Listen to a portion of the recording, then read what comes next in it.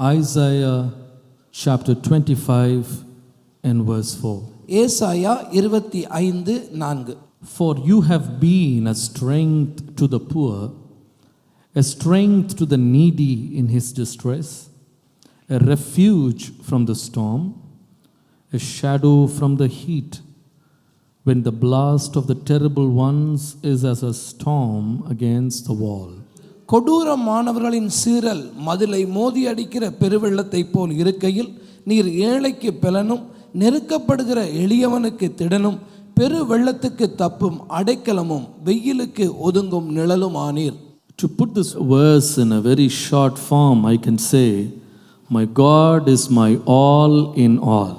இந்த வார்த்தையை சுருக்கி நான் சொல்ல வேண்டுமானால், நம்முடைய தேவனாகிய கர்த்தர் நமக்கு எல்லாவற்றிற்கும் எல்லாமாய் இருக்கிறார் என்று என்னால் சொல்ல முடியும். Hallelujah. Hallelujah. He is the strength. அவர் எனக்கு பலனுள்ளவராய் இருக்கிறார். He is a refuge. அவர் எனக்கு அடைக்கலம் தருகிறவராய் இருக்கிறார். He is the shadow. அவர் என்னுடைய நிழலாய் இருக்கிறார். So many times we think Christian life has no sunshine, no storms, no problems. கிறிஸ்தவ வாழ்க்கை என்பது ஏதோ புயலடிக்காத வாழ்க்கை, வெயில் இல்லாத வாழ்க்கை, சுமூகமான வாழ்க்கை என்று நாம் பல வேளைகளில் நினைத்துக் கொள்கிறோம். But no matter who we are, Jesus said, you have tribulation in this world. ஆனால் நாம் எப்படிப்பட்ட நபர்களாக இருந்தாலும், எந்த சூழ்நிலைகளில் இருந்தாலும், நம்முடைய வாழ்க்கையிலே நமக்கு உபத்திரவங்கள் உண்டு என்று இயேசுவே சொல்லி இருக்கிறார். But the greatest strength of a Christian is not the annihilation or the absence of problems, but the strength in the midst of problems. ஆனால் கிறிஸ்தவ வாழ்க்கையில நமக்கு கிடைத்திருக்கிற மேன்மை என்ன? நமக்கு உண்டாகிற போராட்டங்களின் புயல்களின் நிமித்தமாய் நாம் அழிந்து போகிறதல்ல, அந்த காரியத்தின் மத்தியிலும் அந்த புயலின் மத்தியிலும் தேவனே நம்முடைய பலனாய் இருக்கிறார். Hallelujah. Hallelujah. He gives strength when we become weak. நாம் எப்பொழுது பலவீனப்படுகிறோமோ அப்பொழுது அவர் நமக்கு பலனை தருகிற ஒரு தேவனாக இருக்கிறார். He becomes a refuge when we go through storms. நாம் அங்கே புயலின் மத்தியிலே போகும் பொழுது அதற்கு ஒதுங்குகிற ஒரு அடைக்கலமாக நம்முடைய தேவன் நமக்கு இருக்கிறார். And he is a shadow when we are struck by the scorching heat. அங்கே வெயில் அதிகமாக நம்முடைய வாழ்க்கையிலே வீசுகிற நிலை வரும் பொழுது அவரே நமக்கு நிழலாய் இருக்கிறார். The Bible says our life is a passing shadow.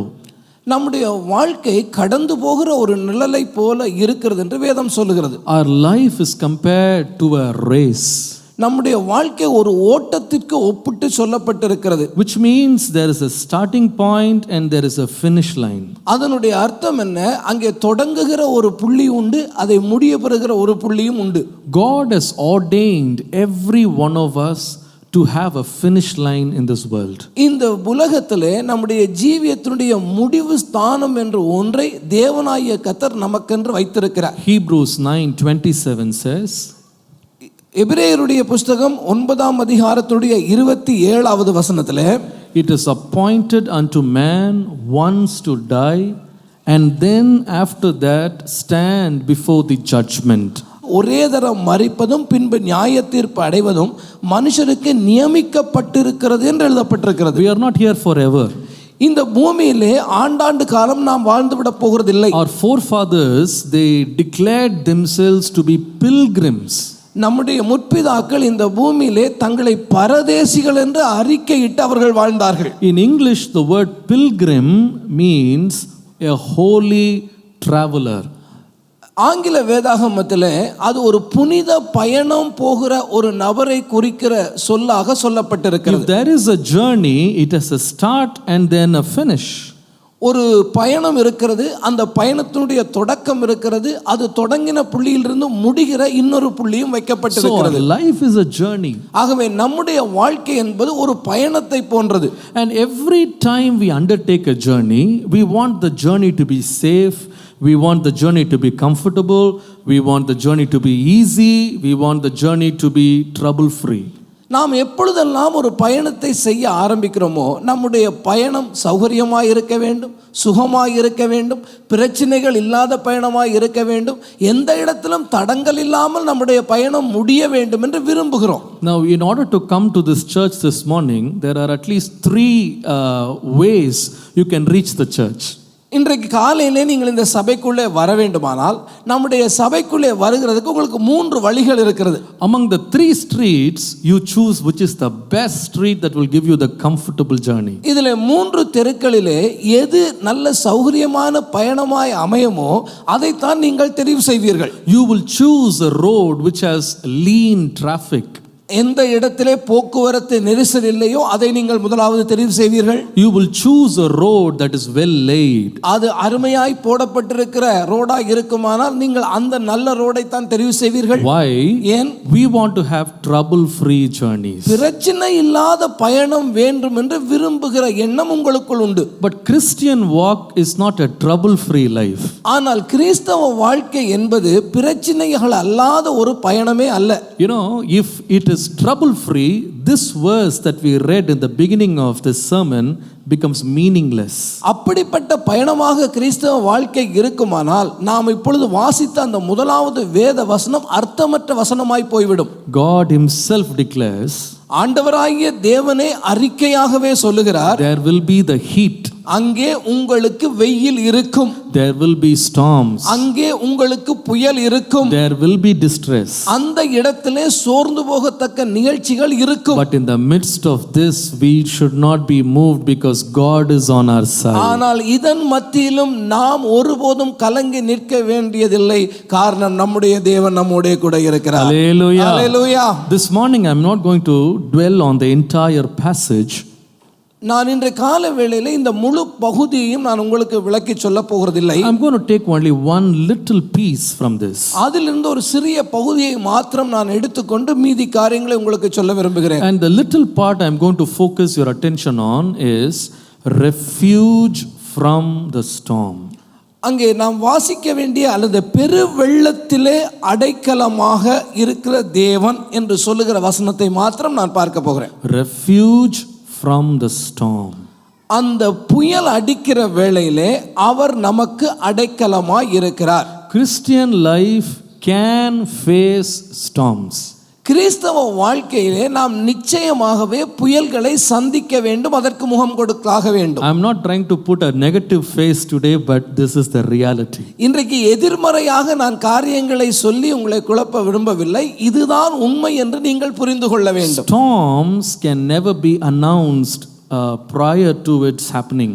இந்த புயல் வருவதற்கு முன்பாக புயல் வரப்போகிறது என்ற ஒரு அறிவிப்பு நமக்கு கிடைக்கிறதில்லை. Sometime we may not be able to resist the power of storms. ஒருவேளை அப்படி வருகிற புயலை தடுத்து நிற்கக்கூடிய, அதற்கு எதிராய் நிற்கக்கூடிய பலம் கூட நமக்கு இல்லாமல் இருக்கலாம். Sometimes storms can never be avoided. நமக்கு வருகிற புயல்களை சில வேளை நம்மால் தவிர்க்க முடியாமலும் போகலாம். Storms cannot be diverted. நமக்கு வருகிற புயல் வேறு திசையிலே திசை மாறி போகாமலும் போகலாம்.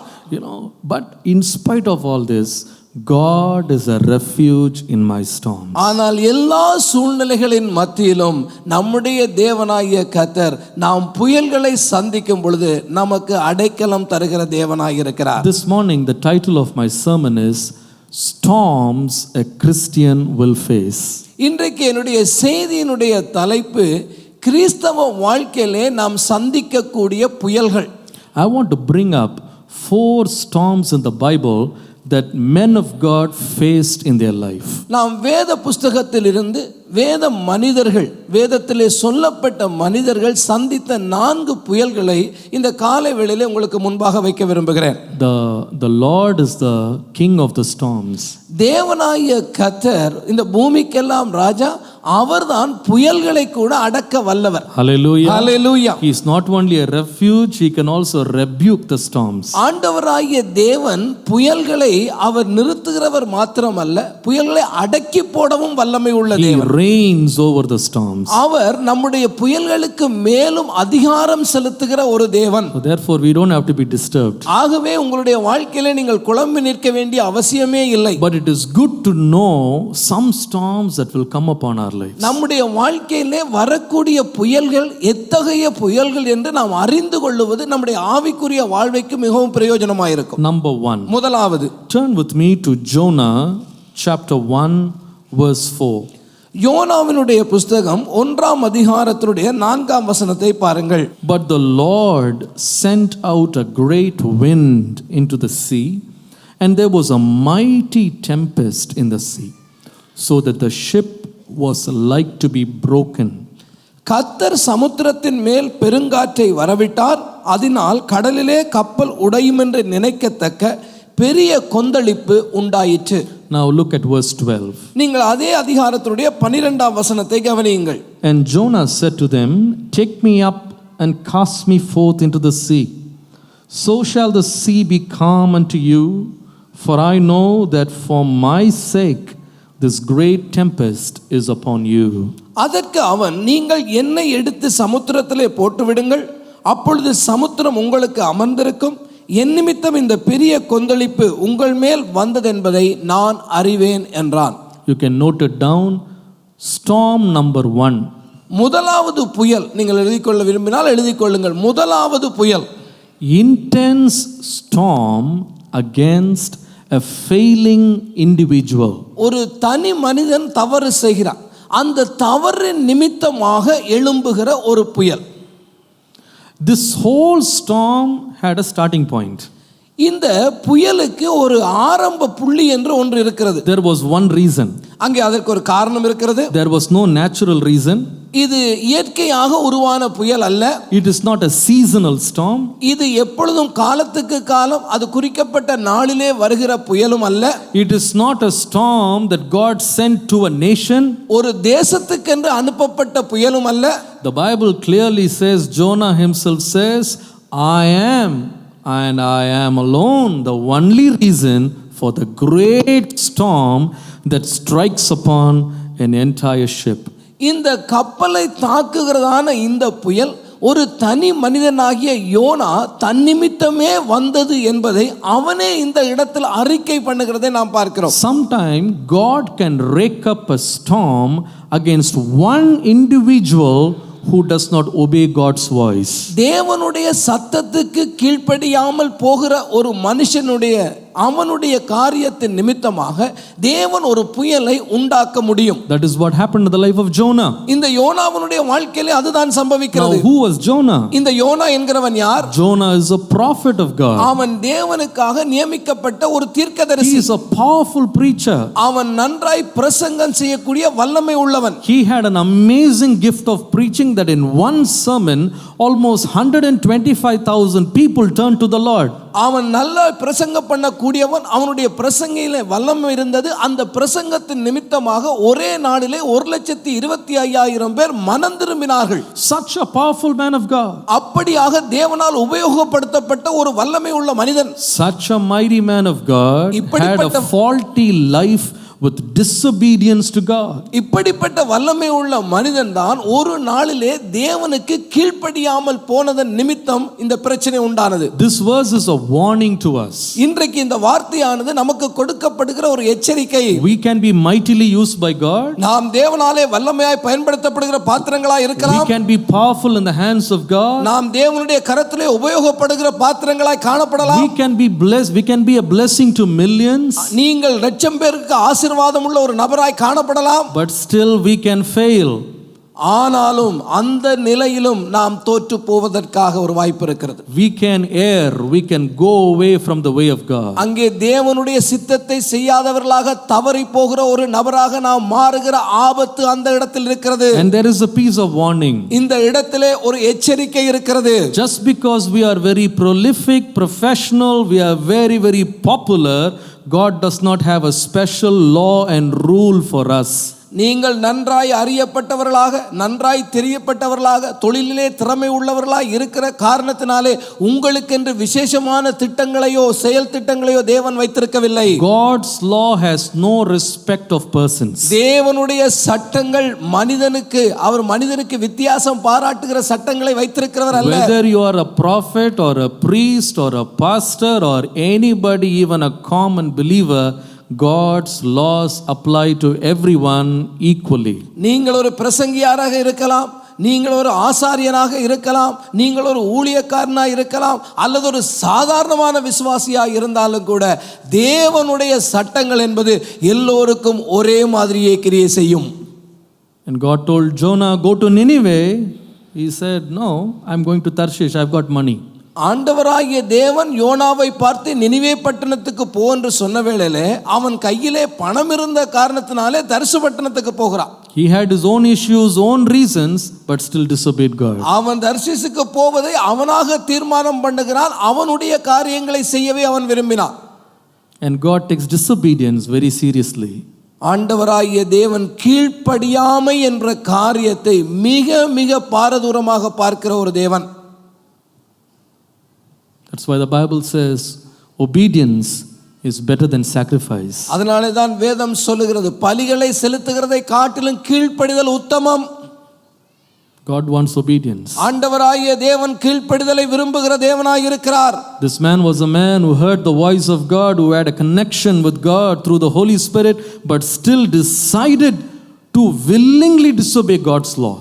தேவனுடைய சத்தத்தை கேட்ட மனுஷன், தேவனோடு கூட பரிசுத்த ஆவியோடு கூட தொடர்பு கொண்டிருந்த ஒரு மனுஷன், ஆனால் அவன் இப்பொழுது கீழ்ப்படியாமையின் பாவத்தை கட்டிக்கொள்ள அவனாகவே தீர்மானிக்கிறான். What is the result? அதனால் உண்டானதான அந்த முடிவென்ன?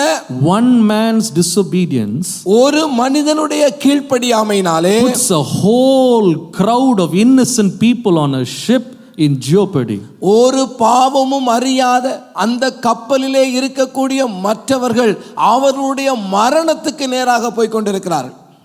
The ship was about to be broken. அந்த கப்பல் சிதறி உடைகிற நிலைக்கு வருகிறது. Look at these innocent people. அங்கே உள்ளே இருக்கக்கூடிய சாதாரணமான ஜனங்களுடைய நிலையை நினைத்து பாருங்கள். Crying out for their lives. அவர்கள் தங்களுடைய ஜீவனுக்காக கதறுகிறார்கள். Lost a peaceful journey. அவர்கள் ஒரு அருமையான பயணத்தை ஆரம்பித்தார்கள். அந்த பயணத்துடைய சந்தோஷம் தொலைந்து போனது. They lost the joy. அவர்களுக்கு இந்த சந்தோஷம் போகிறது. They lost their time. அவருடைய நேரம் போகிறது. Lost their energy. அவருடைய பலன் போகிறது. Lost their sleep. அவருடைய தூக்கம். Ultimately, the Bible says they began to throw out all the food they had, all the savings, throw it into the sea. அந்த கப்பலிலே வைத்திருந்த உணவுப் பொருட்களையும் தளவாடங்களையும் கூட அவர்கள் கைகளினாலே தூக்கி எறிய வேண்டிய ஒரு நிலை வந்தது. Why? ஏன்? Not because they committed any mistake. அவர்கள் செய்த எந்த தப்பிதத்தினாலும் அல்ல. One man. ஒரே ஒரு மனிதன்.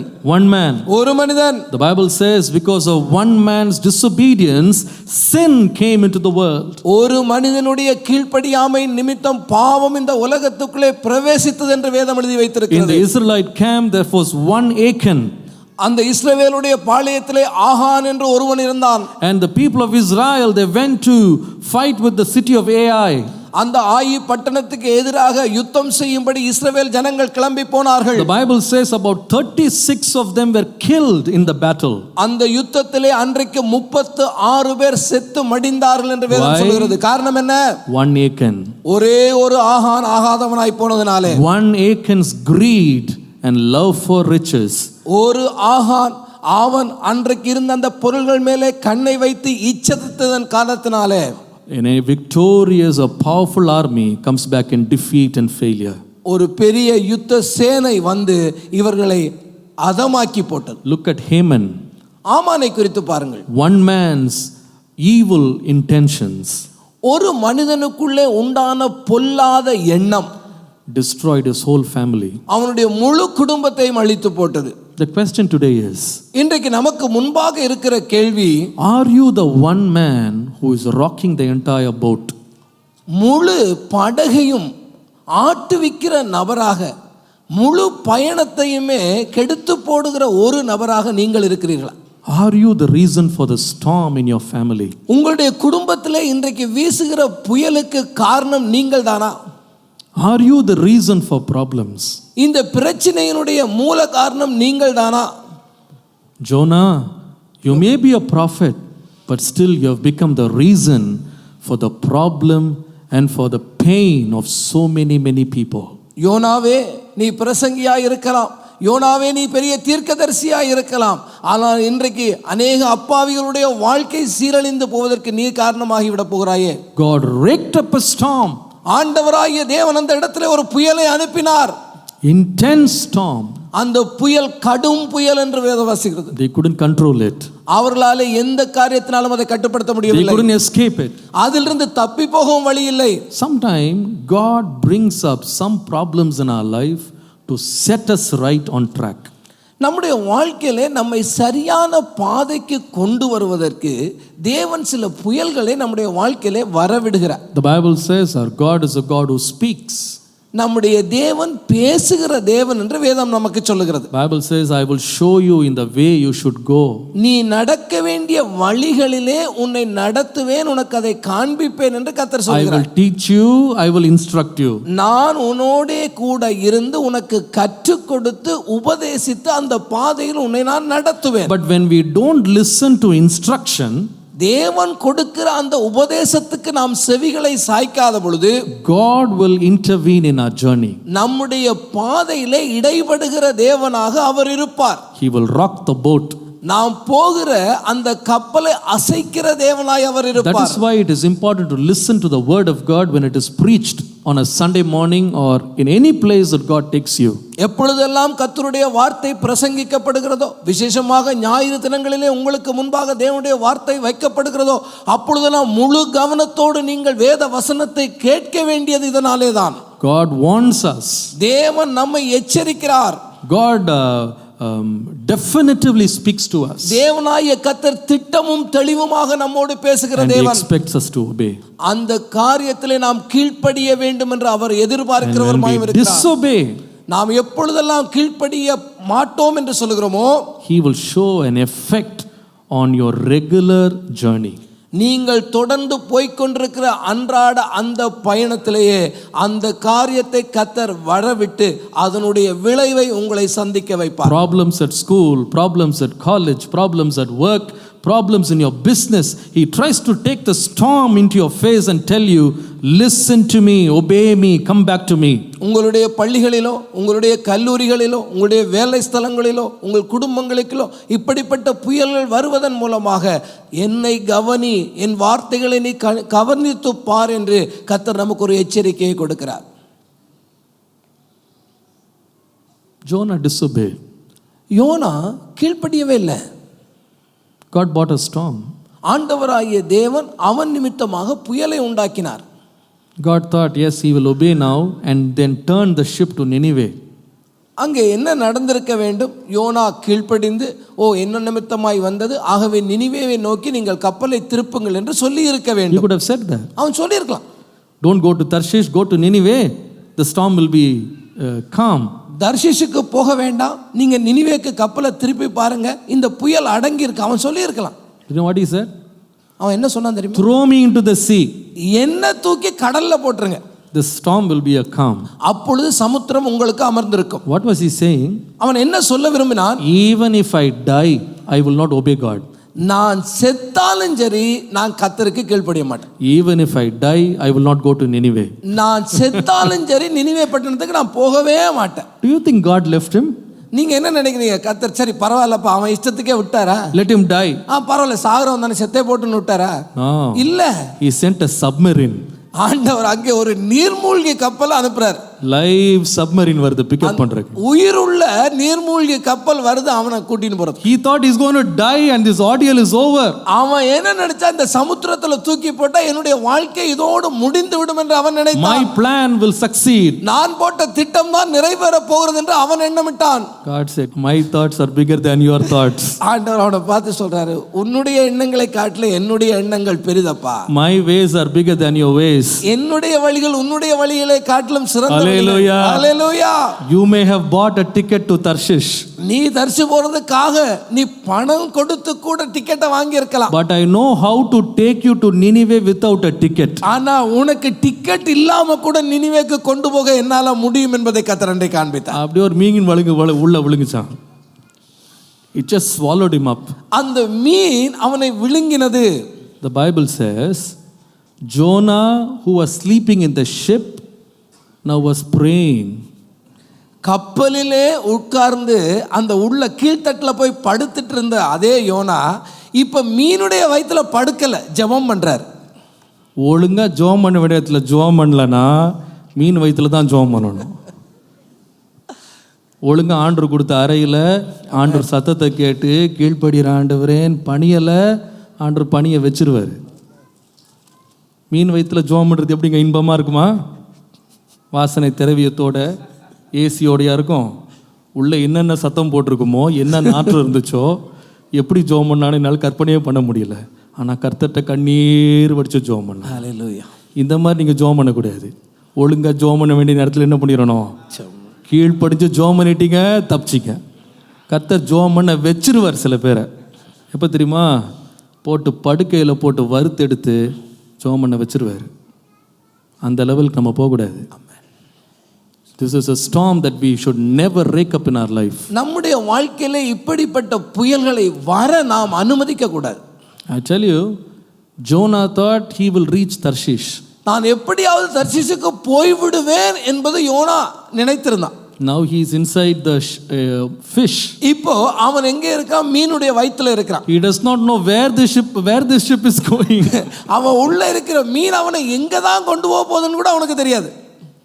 But one morning, suddenly he finds himself on the shore. ஆனா ஒரு நாள் காலையில பார்க்கும் பொழுது ஏதோ ஒரு கரையில நிற்கிறான். Opened his eyes and saw Nineveh. அவன் திறந்து பார்த்தா அவன் போக வேண்டிய நினிவே பட்டணத்துடைய கரையிலே தான் அவன் நிற்கிறான். I will tell you very humbly. நான் மிக மிக தாழ்மையோடு உங்களுக்கு சொல்றேன். If you obey God and listen to his voice, நீங்கள் தேவனுக்கு கீழ்ப்படிந்து அவருடைய சத்தத்தை கேட்பீர்களானால், you can travel on a star liner and get down in style in Nineveh.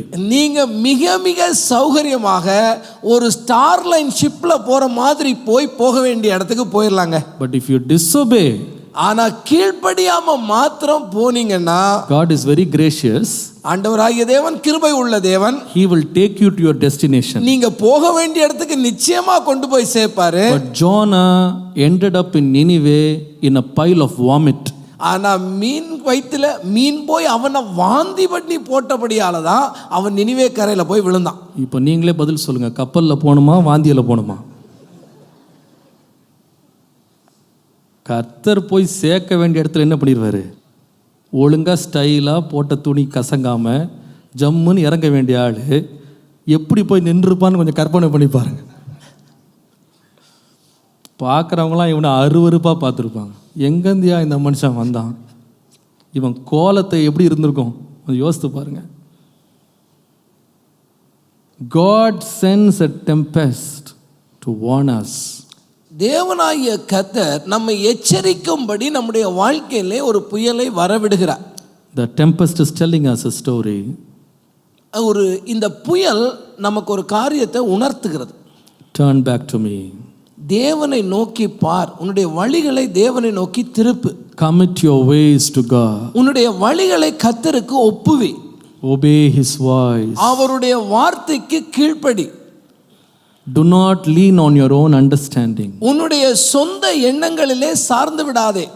Acknowledge God in all your ways. உன்னுடைய எல்லா வழிகளிலும் நீ அவரையே சார்ந்து கொள், அவரையே நீ தெய்வமாய் பற்றிக்கொள். And he will direct your paths. உன்னுடைய வழிகள் எல்லாவற்றிலும் உன்னை நடத்த அவர் வல்லமை உள்ள தேவன். Hallelujah. Hallelujah. This was a scourging storm for Jonah. இந்த யோனாவை ஆட்டி வைத்த ஒரு புயல் அது. But our God is a loving God. ஆனால் நம்முடைய தேவன் அன்பான ஆண்டவராய் இருக்கிறார். This storm was not to kill or destroy Jonah. இந்த யோனாவை அழிக்கும்படியோ அவனை மரணத்துக்கு உள்ளாக்கும்படியாகவோ வந்த ஒரு புயல் அல்ல அது. Hebrews 12 verse 6 says, எபிரேயர் 12ஆம் அதிகாரத்துடைய 6ஆம் வசனத்துல, whom the Lord loves he will chastise. தேவன் யாரை சிநேகிக்கிறாரோ அவரை சிட்சிக்கிறார் என்று எழுதப்பட்டிருக்கிறது. So if you believe that God loves you, தேவனாகிய கர்த்தர் உங்களை நேசிக்கிறார் என்பதை நீங்கள் நம்புவீர்களானால், he will send a storm when we go away from his path and then still bring us back to him. நீங்கள் அவருடைய வழியை விட்டு விலகி போகிற வேளையிலே உங்களுக்கு நேராக ஒரு புயலை அனுப்பி மீண்டும் உங்களை அவருக்கு நேராக திருப்புகிற ஒரு தேவனாய் இருக்கிறார். How much more God will love us, for whom he gave his own life and blood. ஆண்டவராகிய தேவன் தம்முடைய ஜீவனை, தம்முடைய இரத்தத்தை நம்மேல் சிந்தி நமக்காக சிலுவையிலே பரியான தேவன் எவ்வளவு அதிகமாய் நம்மை நேசிக்க வல்லவராய். Hallelujah. Hallelujah. The Bible says you are bought with a price. வேதம் சொல்லுகிறது நீங்கள் ஒரு விலை கிரயம் கொடுத்து வாங்கப்பட்டிருக்கிறீர்கள். Jonah did not have the experience of Salvation through the cross as we enjoy today. இன்றைக்கு நீங்களும் நானும் அனுபவிக்கிற சிலுவையின் ஊடாய் கிடைக்கிற ரட்சிப்பின் அனுபவம் அன்றைக்கு யோனாவுக்கு இல்லை. He was connected to God with a covenant that God made to Israel. தேவன் இஸ்ரவேலோடு செய்த உடன்படிக்கையின் நிமித்தமாக தேவனோடு தொடர்பிலே இருந்த ஒரு மனிதன் தான் அவன். But we are bought with a price. ஆனால் நீங்களும் நானுமோ தேவன் ஒரு விலை கிரயத்தை கொடுத்து நம்மை வாங்கி இருக்கிறார். If God would rake up a storm to turn a person who was connected by covenant, how much more God will be so zealous of us to turn us back to him. உடன்படிக்கை செய்து கொண்ட ஒரு மனிதனை தேவன் திருப்புவதற்கு புயலை அனுப்பி இருப்பாரானால், இரத்தத்தினாலே மீட்கப்பட்ட விலையேறப்பட்ட விலையை கொடுத்து மீட்கப்பட்ட உங்களையும் என்னையும் மீண்டும் அவரை நோக்கி திருப்புவதற்கு தேவன் எதை வேண்டுமானாலும் செய்வார். Hallelujah. Hallelujah. When you go through a storm, நீங்கள் அந்த புயல் வழியே போகிற பொழுது don't follow Jonah and say, throw me out, I want to die. யோனாவை போல என்னை தூக்கி சமுத்திரத்திலே போடுங்கள், நான் மரணம் அடைய வேண்டும் என்று நீங்கள் சொல்ல வேண்டியதில்லை. I want to finish my life. என்னுடைய வாழ்க்கையை நான் முடித்துக் கொள்ள போறேன் என்று சொல்ல வேண்டியதில்லை. No, God is not sending this storm to finish you. உங்களை அழிக்கும்படிக்கு தேவன் இந்த புயலை உங்களை நோக்கி அனுப்பவில்லை. God wants to take you forward. தேவனாகிய கர்த்தர் உங்களை முன்னேறி செல்லும்படியாய் அனுப்பப்பட்ட புயல். Hallelujah.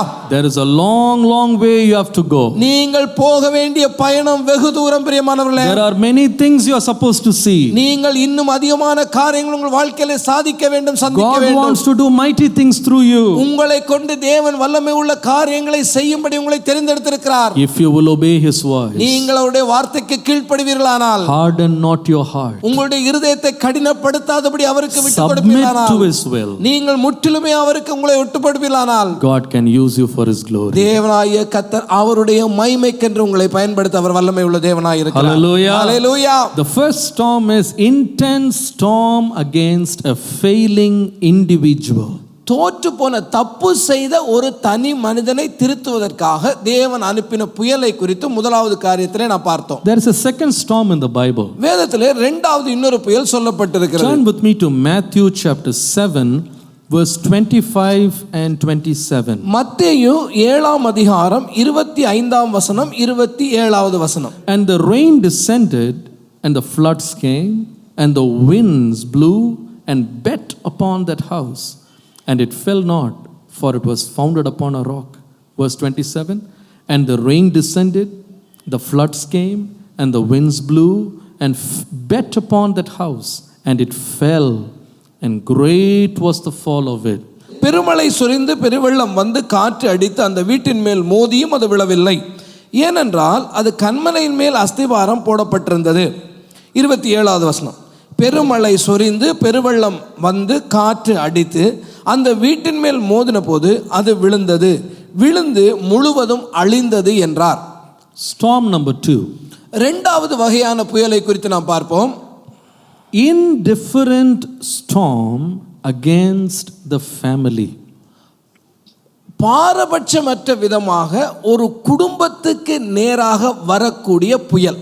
If you read these two verses, verse 25, 27. இந்த 25வது வசனம் 27வது வசனம் ரெண்டையுமே நீங்கள் வாசிப்பீர்களானால், with regards to the rain, the flood, the winds, upon both houses it was the same degree of danger.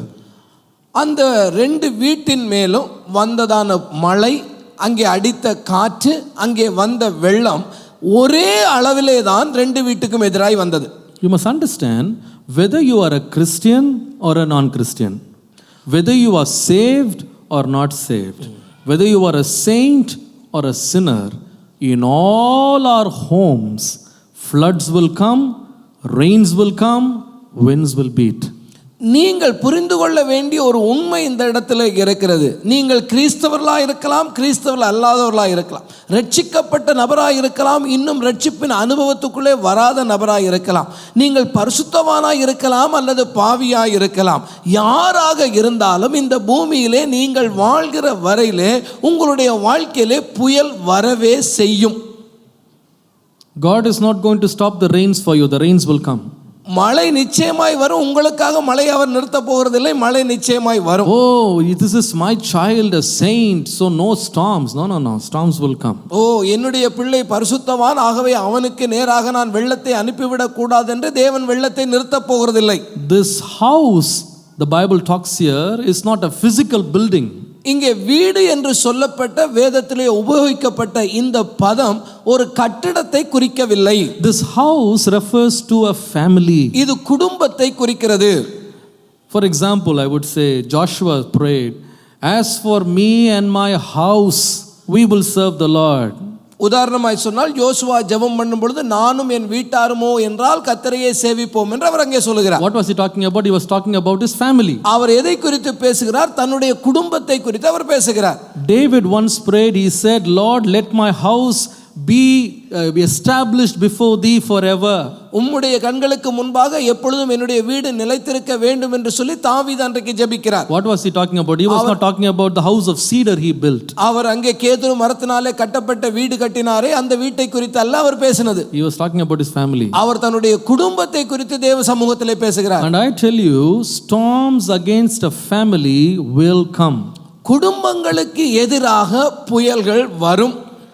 Both of these houses were founded and they had their foundations, they had their construction, building, painting, finishing, dedication. No storms till that.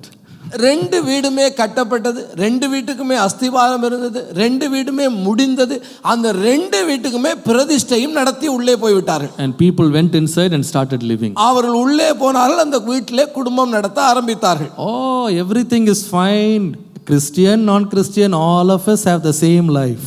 கிறிஸ்தவர்களாக இருக்கலாம், கிறிஸ்தவர்கள் அல்லாதவர்களாக இருக்கலாம், ஒரே போல வாழ்க்கை நடந்தது, எந்த பிரச்சனையும் இல்லாதபடி வாழ்க்கை ஓடிக்கொண்டிருந்தது. Christian marriage, non-Christian marriage, everything is the same. கிறிஸ்தவ திருமணமாக இருக்கலாம், கிறிஸ்தவர் அல்லாத திருமணமாக இருக்கலாம், எல்லாம் ஒன்று போலதான் இருக்கிறது. Great start. அருமையான ஆரம்பம், smooth beginning. அவர்கள் போகிற வேளையிலே நல்ல பயணமும் நன்றாய் நடந்து Looks கொண்டிருக்கிறது. like everything is okay on the outside. அவர்களுடைய வெளியிலிருந்து பார்க்கும் பொழுது எல்லாமே சரியா இருக்கிறதை போன்ற ஒரு தோற்றம். But unannounced and unexpected, suddenly the rains came, the storms came, the floods began to rise. ஆனால் எந்த அறிவிப்பும் இல்லாமல், எந்த அறிகுறியுமே இல்லாமல் திடீரென்று ஒரு மழை வருகிறது, அது காற்றடிக்கிறது, அது வெள்ளமாய் மாறுகிறது. The God who brings rain upon the just and the unjust. நீதி உள்ளவன் மீதும் அநீதி உள்ளவன் மீதும் மழையை பெய்விக்கிறவரான தேவன், The same God who has no respect of persons.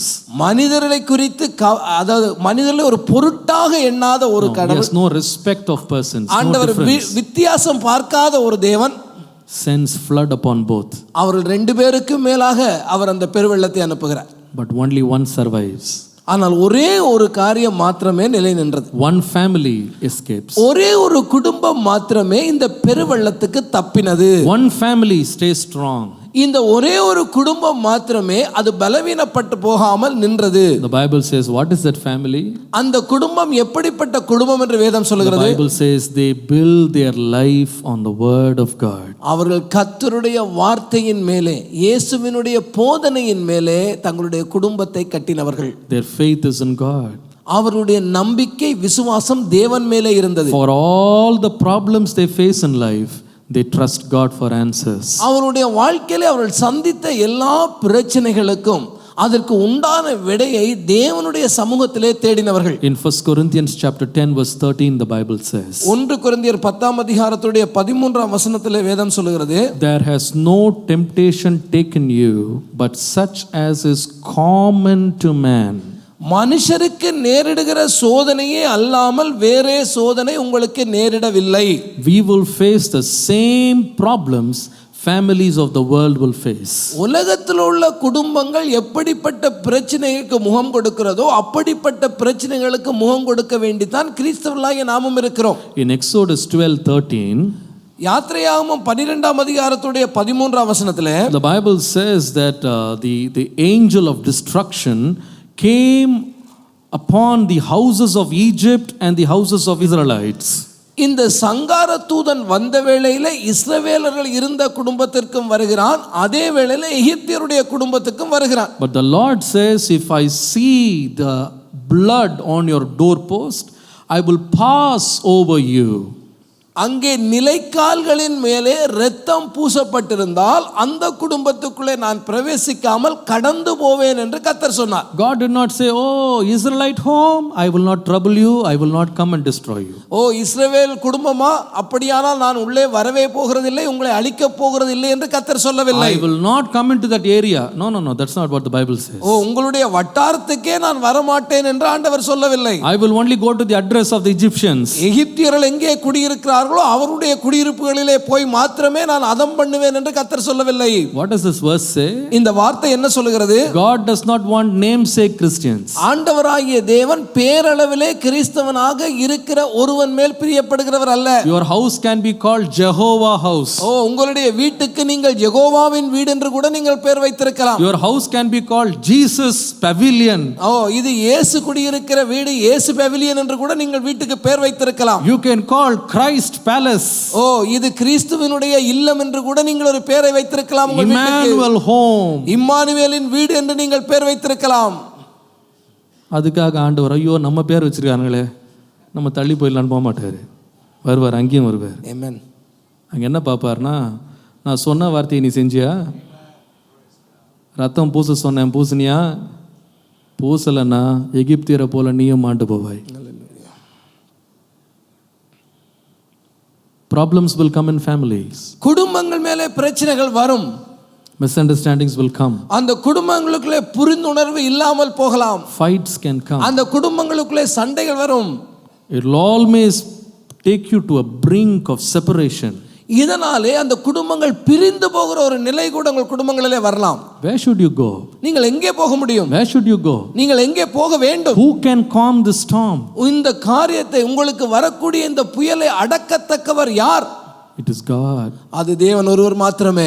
Run to the Lord. நீங்கள் தேவனிடத்திலே ஓடி போக வேண்டும். Lord, calm the storm. ஆண்டவரே எனக்கு எதிராய் வந்திருக்கிற இந்த புயலை அடக்கி போடும். Calm the storm. ஆண்டவரே புயலை அடக்குவீராக.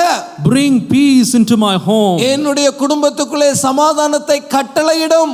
The Bible says the Lord is a strong refuge. வேதம் சொல்லுகிறது அவர் உயர்ந்த அடைக்கலம், பலமுள்ள அடைக்கலமாய் இருக்கிறார், துருகமாய் இருக்கிறார். A very present help in trouble. நம்முடைய வேதனை நேரத்திலே நமக்கான சரியான உதவி அவர்தான்.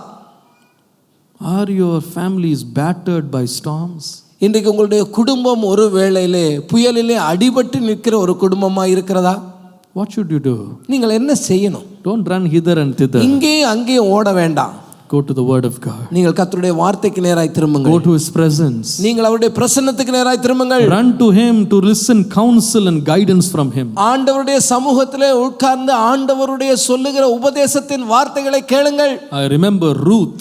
ரூத்தை குறித்து பாருங்கள். How big a storm came upon her life. அவளுடைய வாழ்க்கையிலே வந்த புயல் எவ்வளவு பெரிதான புயல். Father-in-law passes away. அவருடைய மாமனார் இறந்து போகிறார். Brother-in-law, co-brother passes away. அவருடைய கணவனுடைய சகோதரர் இறந்து போகிறார்கள். The husband passes away. அவருடைய கணவனே இறந்து போகிறார். The family becomes barren and empty in one day. முழு குடும்பமுமே நிர்கதியான நிலையில் நிற்கிறது. All the men are gone. அங்க குடும்பத்திலே இருக்கிற ஆண்கள் எல்லோருமே மரித்து போனார்கள். Now the mother-in-law is saying, it's no point in staying with me, go back to your father's house. மாமியார் சொல்கிறா, என்னோட இருக்கிறதுனால ஒரு பிரயோஜனம் இல்லை, உன்னுடைய தகப்பன் வீட்டுக்கு நீ திரும்பி போ. Where will she go? எங்கே போவாள்? Orpah kissed and left. ஓர்பாள் என்று சொல்லுகிற சகோதரி முத்தம் செய்து விட்டு போய் விடுகிறாள். But Ruth said, no. ஆனால் ரூத் சொன்னார், நான் போக மாட்டேன். Your God is my God. உங்களுடைய தேவன் என்னுடைய தேவன்.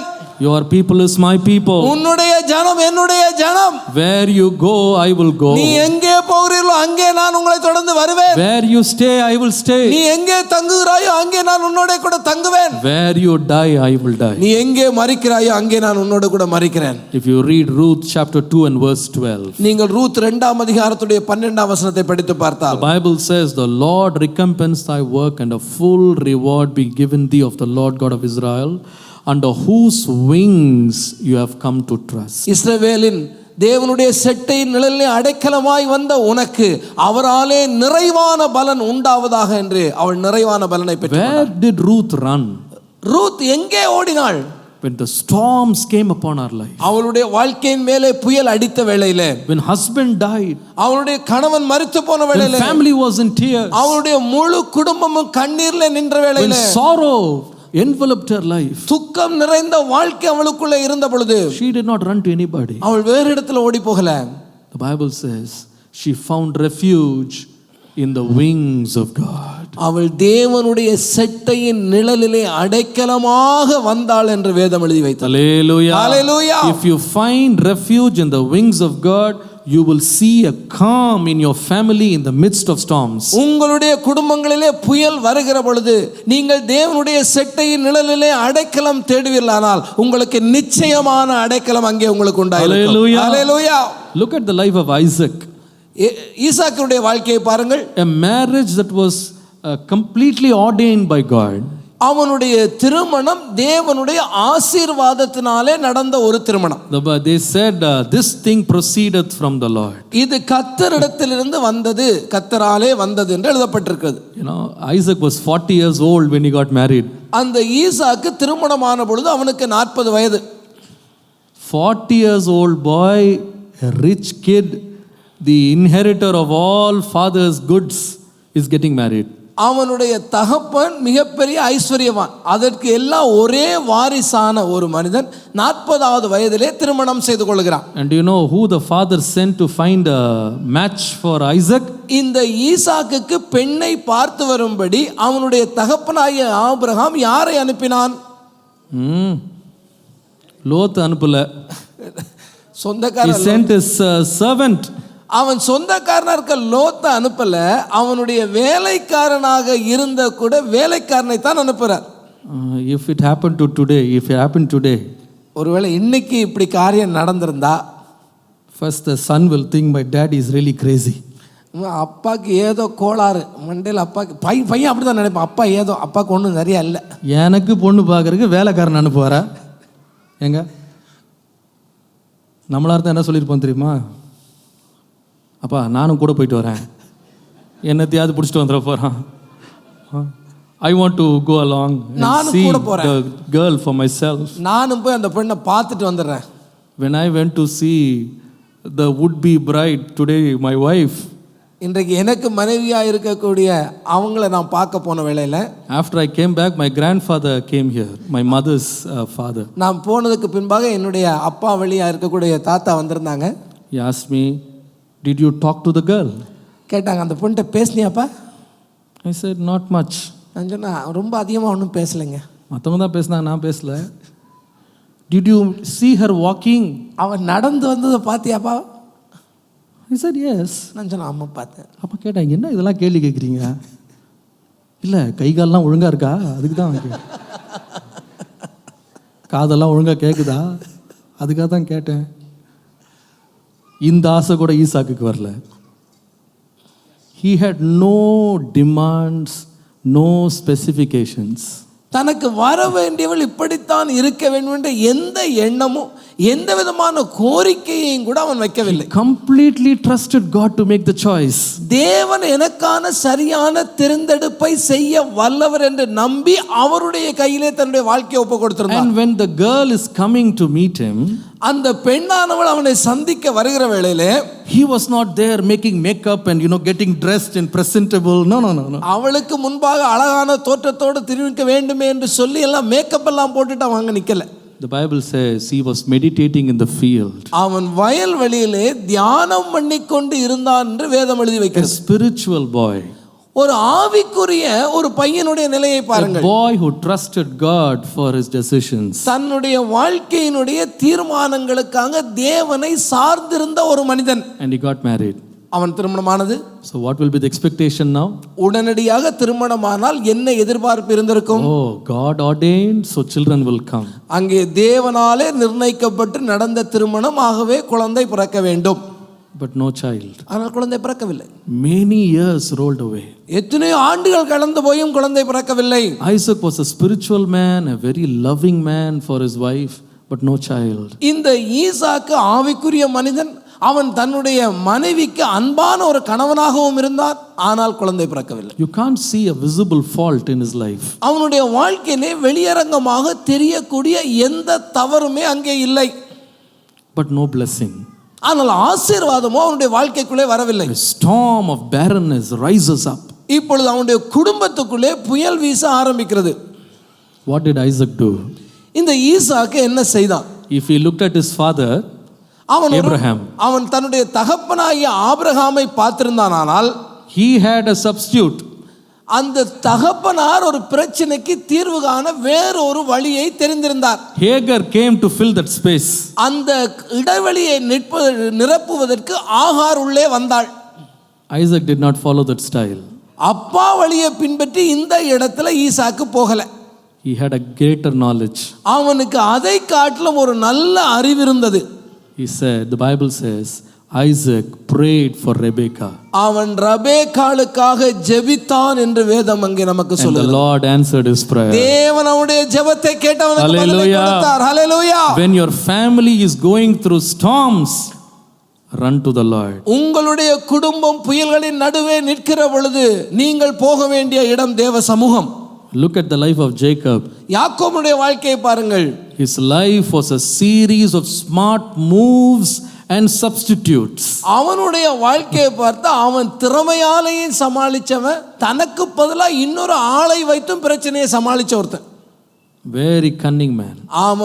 அவன் பயங்கரமான திறமைசாலி. But his problems never ceased. ஆனா என்ன, அவன் பிரச்சனைக்கு முடிவே இல்லாம தொடர்ந்துட்டே இருந்தது. He was like a vagabond running from pillar to post. அவன் ஒரு இடத்தை விட்டு இன்னொரு இடத்துக்கு அலைந்து திரிகிற ஒருவனாக காணப்பட்டான். He could never settle down with his family peacefully. அவன் தன்னுடைய குடும்பத்தோடு கூட சமாதானத்தோடு இளைப்பாறுகிற ஒரு அனுபவமற்றவனாக இருந்தான். He had lot of sheep. He had got 4 wives. So many children, 12 children, no peace. அவனுக்கு தேவையான ஆடு மாடு இருந்தது, திரளான செல்வம் இருந்தது, 4 மனைவிகள் இருந்தார்கள், 12 பிள்ளைகள் இருந்தார்கள். ஆனால் அவனுடைய வாழ்க்கையில் இருக்க வேண்டிய சமாதானம் அங்கே இல்லை. One night, ஒரு நாள் இரவிலே a news came that his brother Asa is coming with 300 men. அங்கே ஏசா அவனுக்கு எதிராக ஆட்களோடு வருகிறான் என்று சொல்லுகிற ஒரு செய்தி அவன் காதில் விழுது. This cunning man who had smart moves and a man who used substitutes and tried to manage issues and problems in his family realized my time is up. இப்பொழுது இதுவரையிலே தன்னுடைய திறமைகளினாலும் இன்னும் மற்றவர்களை கொண்டு பிரச்சனைகளை சமாளித்து வந்த ஒருவர் இதுக்கு மேல முடியாதுங்கிற ஒரு நிலைக்கு வந்தான். He ran to God. அவன் தேவனிடத்தில் ஓடி போனான். Whole night he prayed. இரவு முழுவதும் முழங்கால் படிட்டு தேவ சமூகத்திலே கதறான். What happened in the morning? காலையில் நடந்தது என்ன? The storm became a calm. அவனுக்கு எதிராய் வந்த புயல் அமைதியான தென்றலாய் மாறினது. No more trouble. அங்க எந்த பிரச்சனைக்கு இடமே இல்லாம போச்சு. Hallelujah. Hallelujah.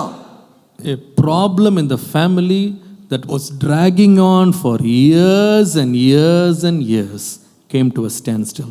எத்தனையோ ஆண்டு காலமாக அவனுடைய வாழ்க்கைக்குள்ளே வீசிக்கொண்டிருந்த புயல் அன்றைக்கு இரவோட கூட அடங்கியே போனது. உங்க வீட்டின் புயல் அடங்கணுமா? ஆமென். கர்த்தர்ட்ட ஓடுங்க. ஹல்லேலூயா. கர்த்தர் அடக்க முடியாத ஒரு புயல் ஒன்றுமே இல்லை. பெருவெள்ளம் வரட்டும், ஆமென், பெருக்காற்று வீசட்டும், கர்த்தருடைய வார்த்தையினால் எல்லாம் அமைதியாகும். எத்தனை பேர் விசுவாசிக்கிறீங்க? ஹல்லேலூயா. No matter what storm comes upon my home, உங்களுடைய குடும்பத்துக்கு எதிராக எப்பேற்பட்ட புயல்கள் எழும்பி வந்தாலும் there is a king over the storms. அந்த புயல்களையும் அடக்கத்தக்க சர்வ வல்லமை உள்ள ராஜா நமக்குண்டு. Hallelujah. ஹல்லேலூயா. Number 3. மூன்றாவது காரியத்தை கவனிப்போம். Luke chapter 8 verse 22. லூக்கா 8ஆம் அதிகாரத்தினுடைய 22வது வசனம். We will read verse 23, 24 and 25. 23, 24, 25 வசனங்களை மாத்திரம் நாங்கள் வாசிக்கிறோம். As they sailed, he fell asleep, and there came down a storm of wind on the lake, and they were filled with water and were in jeopardy. And they came to him and awoke him, saying, Master, Master, we perish. Then he arose and rebuked the wind and the raging of water, and they ceased, and there was a calm. And he said to them, where is your faith? 23ஆம் வசனத்திலிருந்து கவனியுங்கள். படகு ஓடுகையில் அவர் நித்திரையாயிருந்தார். அப்பொழுது கடலிலே சுழல் காற்று உண்டானதினால் அவர்கள் மோசமடையத்தக்கதாக படகு ஜலத்தினால் நிறைந்தது. அவர்கள் அவரிடத்தில் வந்து, ஐயரே ஐயரே, மடிந்து போகிறோம் என்று அவரை எழுப்பினார்கள். அவர் எழுந்து காற்றையும் ஜலத்தின் கொந்தளிப்பையும் அதட்டினார். உடனே அவைகள் நின்று போய் அமைதல் உண்டாயிற்று. அவர் அவர்களை நோக்கி, உங்கள் விசுவாசம் எங்கே என்றார். It was Jesus who said, let's go to the other shore. அடுத்த கரைக்கு நாம் போவோம் வாருங்கள் என்று அழைத்தவர் இயேசு. Okay, it was not only initiated by Jesus, Jesus was involved in the whole journey. இங்கே இயேசு இந்த பயணத்தை ஆரம்பித்தார் என்பது மாத்திரமல்ல, இந்த பயணத்திலே அவர் கூடவே பயணித்தார். He was a fellow traveler. அவர் அந்த பயணத்திலே உடன் பயணியை போல பயணிக்கிறவர். When Jesus started a journey, when Jesus is accompanying a journey, the Bible says the storms were rising. இயேசு ஆரம்பித்த பயணம், அவரே கூட பயணம் செய்கிற அந்த பயணத்திலே கூட இப்பொழுது புயல் உண்டாகிறது.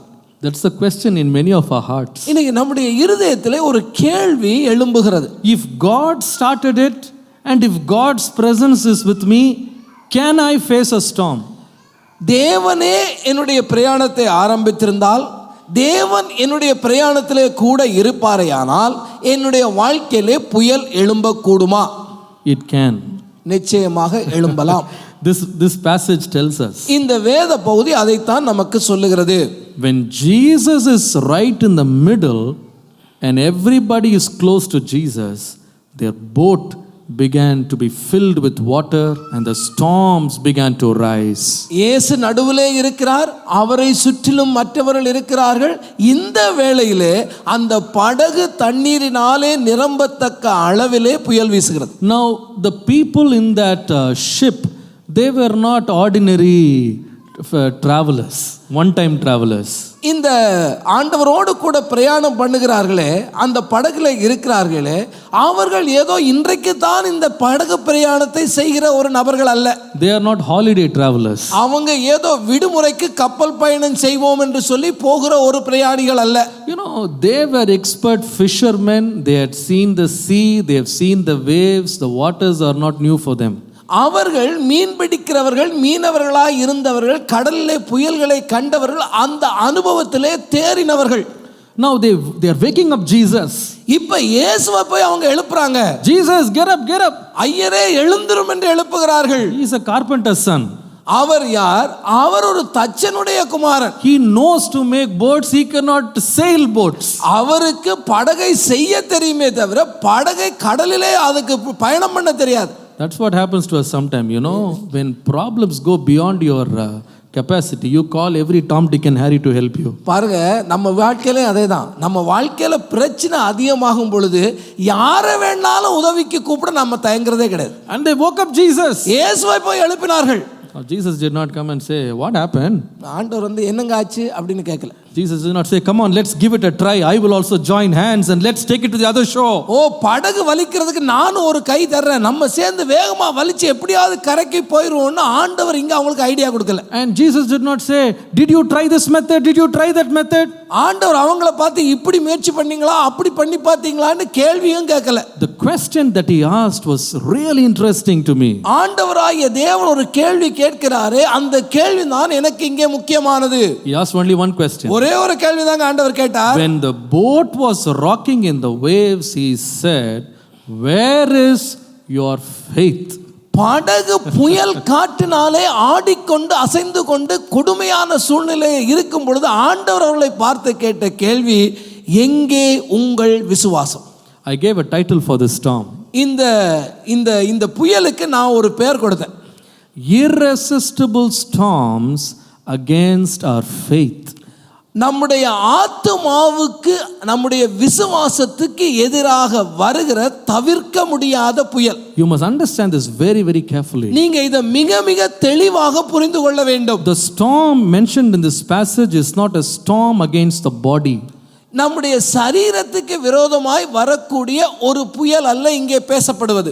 It's a storm against your faith. இது உங்களுடைய விசுவாசத்துக்கு எதிராக வருகிற ஒரு புயல். God did not say save your body. He said where is your faith? ஆண்டவராகிய தேவன் உங்களுடைய சரீரத்தை காப்பாற்றிக் கொள் என்று சொல்லவில்லை, எங்கே உங்களுடைய விசுவாசம் என்ற கேள்வியை கேட்டார். Very interesting storm. இந்த இடத்துல நல்லா கவனிச்சு பாருங்க. See, there are some storms in life you can actually control and maneuver through it. உங்க வாழ்க்கையில வரக்கூடிய சில புயல்கள் உண்டு, அதை நீங்க எப்படியோ சமாளிச்சு முன்னாடி வந்துருவீங்க. But there are some storms nothing will work. ஆனால் சில புயல்கள்ல நீங்க என்னதான் திறமையாக கையாண்டாலும் அது உங்களை விட்டு போறதில்லை. No education will work. உங்களுடைய எந்த கல்வி அறிவோ, no experience will work. உங்களுடைய அனுபவமோ, no experts can help. எந்த விதமான திறமையோ, no efforts நீங்கள் எடுக்கிற எந்த முயற்சியுமோ அதை ஒண்ணுமே பண்ண போறதில்லை. The storm can become so irresistible. அந்த புயல் தவிர்க்க முடியாதபடி உங்கள் வாழ்க்கைக்குள்ளே வீசிக்கொண்டே இருக்கும். It's like a storm. No lawyer can help, no doctor can help, no politician can help, no friend, no father, no family can help. இந்த புயலை அடக்கிறதுக்கு எந்த வக்கீலாலும் உதவி செய்ய முடியாது, எந்த டாக்டராலும் உதவி செய்ய முடியாது, எந்த நண்பனாலும் உதவி செய்ய முடியாது, எந்த தகப்பனாலும் உதவி செய்ய முடியாது. யாரை கொண்டு இந்த புயலை அடக்க முடியாது. Only one thing will work. ஒரே ஒரு காரியம் மாத்திரம்தான் இந்த புயலை உங்களை விட்டு போக செய்யும். Your faith will overcome the world. உங்களுடைய விசுவாசமே உலகத்தை ஜெயிக்கிற ஜெயம். Hallelujah. Hallelujah. It's a storm against your soul. இது உங்களுடைய ஆத்துமாவுக்கு விரோதமாய் வருகிற புயல் என்பதை நீங்கள் விளங்கிக் கொள்ள வேண்டும். It's a storm against your spiritual life. உங்களுடைய ஆவிக்குரிய வாழ்க்கைக்கு எதிராக வீசுகிறதான புயல் இது. It has nothing to do with your equipments. நீங்கள் வைத்திருக்கிற எந்த சாதனத்துக்கும் அதற்கும் சம்பந்தம் இல்லை. It is nothing to do with seasons. அது எந்த காலநிலையிலும் நீங்கள் அதை கொண்டு போய் வைத்து விட முடியாது. It is a spiritual storm. இது உங்களுடைய ஆத்துமாவுக்கு ஆவிக்குரிய வாழ்க்கைக்கு எதிராக வீசுகிற புயல். And the question that will come from Jesus is, இங்கே இயேசு கிட்டத்திலே இருந்து வருகிற கேள்வி என்ன? stir up your faith. உன்னுடைய விசுவாசத்தை உயர்த்தி விடு. Stir up your faith. உன்னுடைய விசுவாசத்தை உந்தி தள்ளு. Where is your faith? எங்கே போனது உன்னுடைய விசுவாசம்? Where is your faith? உன்னுடைய விசுவாசம் எங்கே? When you go through a storm like this, நீங்கள் அப்படிப்பட்ட புயலுக்குள்ளே போகிற வேளையிலே only one thing you should say. ஒரே ஒரு காரியத்தை மாத்திரமே நீங்கள் சொல்ல வேண்டும். Lord, I believe. ஆண்டவரே, நான் உம்மை விசுவாசிக்கிறேன். All things are possible. உம்மாலே சகலமும் கூடும். One word from you will change my destiny. உம்முடைய வாயிலிருந்து புறப்படுகிற ஒரு வார்த்தை போதும், என்னுடைய வாழ்க்கையை அது மாற்றி போடும். Hallelujah. Hallelujah. Hallelujah. My faith will still stay on. ஆண்டவரே, எந்த புயலின் நடுவிலும் என்னுடைய விசுவாசம் உம்மேல் நிச்சயமாகவே இருக்கும். What was the storm in the life of Job? யோபுடைய வாழ்க்கையிலே வந்த அந்த பிரச்சனை என்ன? அந்த புயல் என்ன? Oh, storm against his faith. அவனுடைய விசுவாசத்துக்கு நம்பிக்கைக்கு எதிராக ஒரு புயல் வீசுகிறது. Children die, livestock is destroyed, house is destroyed, health is destroyed. அவன் பிள்ளைகளை இழந்தான், சரீரத்தினுடைய சுகத்தை இழந்தான், அவனுடைய ஆஸ்திகளை இழந்தான், எல்லாமே இழந்த ஒரு நிலை. What did the wife say now? அவனுடைய மனைவி வந்து என்ன சொல்லுகிறாள்? Curse God. நீ தேவனை தூஷி. Look at the weapon of the devil. அங்கே பிசாசு அங்கே பயன்படுத்துகிற அந்த ஆயுதத்தை கவனித்து பாருங்கள். It would have been more natural or more apt if she said, let us die. இப்போ ஒருவேளை அவ இயற்கையான ஒரு பெண்ணா இருந்தா வந்து என்ன சொல்லியிருக்கணும்னா, நம்ம ரெண்டு பேரும் சேர்ந்து செத்து போலாங்க. அப்படித்தானே அங்கே சொல்லணும். பிள்ளைங்க போயாச்சு, ஆஸ்தி போயாச்சு, சுகமும் போயாச்சு, எல்லாம் போயாச்சு, நீ என்னங்க வாழணும்? ரெண்டு பேரும் என்ன பண்ணலாம் சொல்லுங்க? செத்து போகலாம். இப்படி தான் நிறைய பேர் சொல்கிறாங்க. ரெண்டு பேரும் சேர்ந்து செத்து போகலாங்க. இந்த மாதிரி சொல்கிறேன், நான் உயிரோடு இருக்கேன், நீ செத்துப்போ. ஆனால் எப்படி செத்து போகணும் தெரியுமா? ரொம்ப இன்ட்ரெஸ்டிங்காக இருக்குது அந்த வசனம், நல்லா கவனிச்சு படிச்சு. தேவனை தூஷித்து.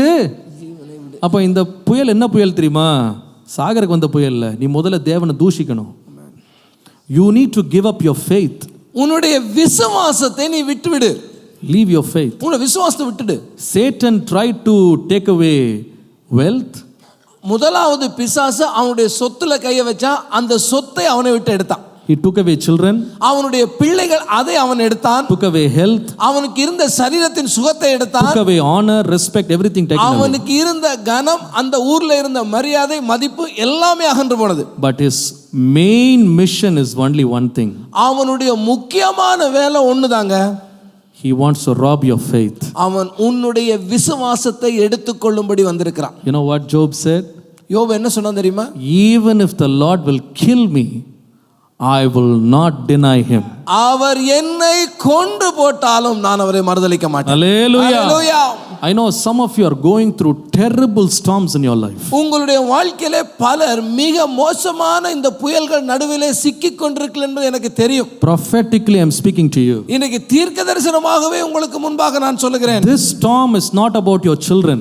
இந்த வந்திருக்கிற புயல் உங்கள் பிள்ளைகளை குறித்த புயலே அல்ல. This storm is not about your property. உங்களுடைய சொத்தை குறித்த ஒரு பிரச்சனையே அல்ல. This storm is not about your reputation. இந்த புயல் வந்தது உங்களுடைய கௌரவத்தை குலைக்கிறதற்கு அல்ல. This storm is not about losing your health or strength. உங்களுடைய சரீரத்தின் சுகத்தை பலத்தை இழக்கும்படியாய் வந்த புயலும் அல்ல. This storm has one purpose. இந்த புயல் ஒரே ஒரு நோக்கத்தோடு தான் உங்கள் வாழ்க்கைக்குள்ளே வீசுகிறது. Satan wants to destroy that precious faith inside you. உங்களுக்குள்ளே நீங்கள் கொண்டிருக்கிற தேவனாகிய இயேசு மேலே கொண்டிருக்கிற விசுவாசத்தை அதை அழிக்கும்படி பிசாசு இந்த புயலை உள்ளே He is கொண்டு வருகிறார். waiting for a time when you will open your mouth and deny the name of Jesus. நீங்கள் எப்போதாவது வாயை திறந்து இயேசுவை மறுதலிக்க மாட்டீர்களா என்ற ஒரு சந்தர்ப்பத்துக்காக அவன் காத்திருக்கிறான். But in the midst of the storm, ஆனால் அந்த புயலின் மத்தியிலும் you should say, நீங்கள் சொல்ல வேண்டியதெல்லாம், even if I die, நான் என்னை கொன்று போட்டாலும் நான் மரணித்தாலும் I will never give up my Lord. என்னுடைய தேவனாகிய இயேசுவை நான் மறுதலிக்க மாட்டேன். Like Shadrach, Meshach and Abednego, அன்றைக்கு சாத்ராக், மேதா, அபெத்நேகோ போன்றவர்கள் they said, அவர்கள் சொன்னார்கள், our God is able to save us. ஆண்டவராகிய தேவன் எங்களை விடுதலையாக்க வல்லவர். Even if he does not deliver us, அவர் இந்த அக்கினிக்கு எங்களை தப்புவிக்க முட்டாமல் போனாலும் கூட, we will not bow down before the idol. நாங்கள் நீர் வைத்திருக்கிற அந்த சிலைக்கு முன்பாக பணிய மாட்டோம். எத்தனை பேரோட விசுவாசம் இன்னைக்கு உறுதியா இருக்கு? நான் விட மாட்டேன் ஆண்டவரே. ஆமென். நல்லா கவனிச்சுக்கிடுங்க, இது உங்க பிள்ளைகளை பற்றிய பிரச்சனை கிடையாது. இது பிசாசு உங்க பிள்ளைகள் எடுத்துட்டு போய் ஒன்றும் செய்ய முடியாது. உங்க ஆடு மாடு எடுத்துட்டு போய் ஒன்றும் செய்ய முடியாது. அவன் வர்றதெல்லாம் எதுக்குன்னா உன் விசுவாசத்தில் வலுவை பண்ணணும். ஆமென். நீங்க சொல்லுங்க, இந்த புயல்கள் நடுவே என் தேவன் என்னோடு கூட இருக்கிறார். ஹalleluya. My God is with me. தேவனாகிய கர்த்தர் என்னோடு இருக்கிறார். My God is with me. என்னுடைய தேவன் என்னோடு இருக்கிறார். I have set the Lord before my eyes. என் கண்களுக்கு முன்பாக என் தேவனை வைத்து நான் நோக்கிக் கொண்டிருக்கிறேன். Because he is at my right hand. அவர் என் வலது பார்சத்திலே இருக்கிறதுனாலே I will never be moved. நான் அசைக்கப்பட்டு போகிறதில்லை. I will never be moved. நான் அசைக்கப்பட்டு போகிறதில்லை. எத்தனை பேர் சொல்லுவீங்க நான் அசைக்கப்பட மாட்டேன்? அசைக்கப்பட மாட்டேன். Yes Lord. Hallelujah. Hallelujah. You are the author and the finisher of my faith. என்னுடைய விசுவாசத்தை தொடக்கிறவரும் முடிக்கிறவரும் நீர்தான் ஆண்டவரே. You are the author and the finisher of my faith. என்னுடைய விசுவாசத்துடைய தொடக்கமும் முடிவும் நீங்கள்தான் ஆண்டவரே. My faith will not be broken. என்னுடைய விசுவாசம் முறிந்து போகிறதில்லை, அது ஒளிந்து போகிறதில்லை. I will continue to put my confidence in the Lord. என்னுடைய நம்பிக்கை நான் தொடர்ந்து என் தேவன் மேலேயே வைப்பேன். Some trust in horses. சிலர் குதிரை மேல் நம்பிக்கை வைத்தார்கள். Some trust in chariots. சிலர் ரதத்தின் மேல் நம்பிக்கை வைத்தார்கள். I will trust in the name of the Lord. நானோ என் தேவனாகிய கர்த்தருடைய நாமத்தின் மேலேயே நம்பிக்கை வைப்பேன். Hallelujah. Hallelujah. According to 1 Peter chapter 1 and verse 7. 1 பேதுரு 1ஆம் அதிகாரத்துடைய 27வது வசனத்திலே, when your faith is tried, உங்களுடைய விசுவாசம் சோதிக்கப்படுகிற பொழுது, don't be afraid. அப்பொழுது நீங்கள் பயந்து போக வேண்டாம். Why? ஏன்? It will become glorious in the sight of God, precious than gold. அந்த தேவனாகிய கர்த்தருடைய பார்வையிலே அது விலையேறப்பெற்ற பொன்னாக அவருக்கு முன்பாக அது நிற்க போகிறது. Hallelujah. Hallelujah. Storms against your faith. உங்களுடைய விசுவாசத்திற்கு எதிராக வீசுகிற புயல். The last one. கடைசியாக Acts 27:14. அப்போஸ்தலர் நடபடிகள் 27ஆம் அதிகாரத்தினுடைய 14வது வசனம். But not long after there arose against it a tempestuous wind called Euroclydon. கொஞ்ச நேரத்துக்குள்ளே யூரோக்கிலிதோன் என்னும் கடுங்காற்று அதில் மோதிற்று. Now there is a great storm that is rising up. அங்கே ஒரு பெரிய ஒரு புயல் அங்கே கடலிலே உருவாகிறது. And there is one ship that gets caught up in this mess. இந்த புயலின் நடுவிலே ஒரு கப்பல் சிக்கிக் கொள்கிறது. And whose ship is that? இந்த கப்பலுக்குள்ளே யார் இருக்கிறார்கள்? There is one very big VIP inside. அந்த இடத்துல ஒரு பெரிய ஒரு விஐபி அந்தஸ்துள்ள உள்ள ஒருவர் இருக்கிறார். And who is that VIP? அவர் யார் தெரியுமா அந்த VIP? A man who wrote 14 epistles. இந்த வேதாகம புத்தகத்துல 14 நிருபங்களை எழுதினவர் அங்கே இருக்கிறார். A man who could preach the best sermon ever. எங்கு இதுவரையிலே செய்ய முடியாத ஒரு அருமையான பிரசங்கத்தை செய்ய வல்லவரான ஒரு நபர் அங்கே A இருக்கிறார். man who saw the mysteries of God. அங்கே தேவனுடைய ரகசியங்களை கண்ட ஒரு மனிதன் இருக்கிறார். A man who saw Jesus face to face. இயேசுவை முகமுகமாய் தரிசித்த ஒரு நபர் A இருக்கிறார். man who was appointed as an evangelist for the heathen. புறஜாதியாருக்காய் அப்போஸ்தலனாய் அழைக்கப்பட்ட ஒருவர் உள்ளே இருக்கிறார். He is in that ship. அவர்தான் அந்த கப்பலுக்குள்ளே And why இருக்கிறார். is he in that ship? ஏன் அந்த கப்பலுக்குள்ளே அவர் இருக்கிறார்? Few days ago, கொஞ்ச நாட்களுக்கு முன்பதாக the Lord Jesus appeared to him. ஆண்டவராகிய இயேசுவே அவருக்கு முன்பாய் தரிசனமாகி, And the Lord said, தேவன் அவரை பார்த்து சொன்னார், You have been testifying about my name in all these nations. இந்த தேசங்களில் எல்லாம் நீ என்னுடைய நாமத்தை நீ உயர்த்தி கொண்டு அறிக்கை பண்ணிக்கொண்டு But வருகிறாய். now I want you to testify my name before Caesar. இப்பொழுது நீ என்னை சாட்சியாக அறிவிக்கும்படி அன்றைக்கு ரோமருடைய சக்கரவர்த்தியாக இருந்த சீசருக்கு முன்பாக நீ நிற்க வேண்டும். And Paul obeyed. பவுல் அதற்கு கீழ்ப்படுகிறார். When an opportunity rose, அவர்களுக்கு ஒரு நல்ல சந்தர்ப்பம் கிடைக்கிறது. he called upon Caesar to bring him to judgment. அந்த ராயனுக்கு அவர் அங்கே அபயமிட்டதினாலே அவர் இப்பொழுது அங்கே கொண்டு போகப்படுகிறார். And he was taken as one among the prisoners and is on his way to Rome to testify to the Caesar. அன்றைக்கு கைதிகளாக கொண்டு போகப்படுகிறவர்களோடு கைதியாக இவரும் அந்த கப்பலிலே வைக்கப்பட்டு சீசருக்கு முன்பாக நிற்கும்படி, ராயனுக்கு முன்பாக நிற்கும்படி கொண்டு போகப்படுகிறார். So Paul is not traveling on a holiday trip. இந்த பவுல் போகிற இந்த பயணம் ஏதோ உல்லாச பயணம் அல்ல. It is not a family visit. குடும்பத்தை பார்ப்பதற்காக இந்த குடும்பத்தை போய் பார்த்து வருகிறேன் என்று ஓய்வு நாளாக பிரயாணம் பண்ணவில்லை. Paul is in the ship with one specific purpose. I want to meet Caesar and I want to testify Jesus. நான் அந்த இடத்திலே அன்றைக்கு ரோம சக்கரவர்த்தியாய் இருக்கக்கூடிய அந்த ராஜாவை பார்த்து அவனுக்கு முன்பாக இயேசுவை குறித்து சொல்ல வேண்டும். இந்த ஒரே நோக்கத்துக்காக போய் கொண்டிருக்கிறார். So you can call that a missionary journey, a ministry journey. அவர் ஊழியத்தின் நிமித்தமாக மிஷனரி பயணமாக போகிறார் என்று நாம் அழைக்கலாம். When he is in the midst of ministry, இந்த ஊழியத்தின் பாதையிலே அவர் பயணம் பண்ணுகிற வேளையிலே big storm rises up. ஒரு பெரிய புயல் அந்த கடலின் நடுவிலே அந்த கப்பல் சேதத்தை உண்டாக்கும்படி எழும்புகிறது. The storm was so intense that people thought they will die. அந்த புயலுடைய கடுமையின் நிமித்தமாக அந்த கப்பலிலே இருந்தவர்கள் நாங்கள் மரணிக்க போகிறோம் என்று நினைத்தார்கள். The ship broke into many pieces. அந்த கப்பல் சுக்குநூறாக உடைந்தது. They land in a place they did not know. Later they found out it was Melita. அவர்கள் எந்த இடத்திலே கரை சேரோம் என்று தெரியாதபடி ஒரு கரையை அடைந்தார்கள். அதற்கு பின்பாகத்தான் அந்த தீவுக்கு பேர் மெலித்தா என்று கண்டுகொண்டார்கள். I gave a name for this storm. இந்த புயலுக்கு நான் ஒரு பேர் வச்சேன். You can write it down. Instant storm against faithful ministry. உண்மையான ஊழியத்துக்கு எதிராக வரும் அழிவை உண்டாக்கும் புயல். Instant storm against faithful ministry. உண்மையான ஊழியத்தை அழிக்கும்படி உடனடியாக எழும்பி வரத்தக்க ஒரு புயல். Now this storm was not forethought by any of the sailors. அங்கே இருக்கிற எந்த மாலுமிகளாயிலும் இப்படி ஒரு புயல் வரக்கூடும் என்று அவர்கள் அனுமானித்திருக்கவில்லை. They thought the weather is fine and we will have a safe journey. அவர்கள் பார்க்கிறார்கள் நல்ல அருமையான கால சூழ்நிலை இருக்கிறது, நம்முடைய பயணம் நிச்சயமாய் வாய்க்கும் என்று நம்பி பயணத்தை ஆரம்பித்தார்கள். Suddenly the storm rises. திடீரென்று சொல்லி அங்கே புயல் உருவானது. Hope is all lost. அவருடைய எல்லா நம்பிக்கையும் அற்றுப்போகத்தக்க அளவிலே புயல் உண்டானது. But what happened? ஆனால் நடந்தது என்ன?